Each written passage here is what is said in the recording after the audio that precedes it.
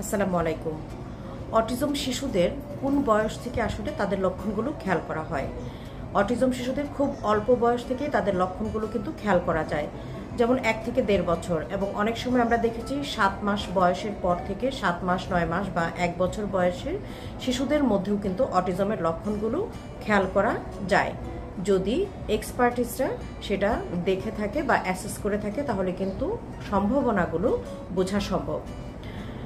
Autism শিশুরা স্বাস্থ্যবান হয় কিনা? অবশ্যই তারা স্বাস্থ্যবান হয় এই জন্যই যে অটিজম শিশুদেরকে দেখলে কিন্তু বোঝা যায় না যে তারা অটিজম অবস্থায় আক্রান্ত, কারণ ওদের চেহারা, আকৃতি, সব কিছু, তাদের হাত পা সব কিছু কিন্তু ভালো থাকে। এবং বিশ্বের অনেক বিখ্যাত বিজ্ঞানী এবং অনেক বিখ্যাত পিপল আছেন যাদের অটিজম সমস্যাগুলো ছিল। তার মধ্যে Albert Einstein, Bill Gates, Charles Darwin, এদের কিন্তু অটিজমের ফিচার ছিল।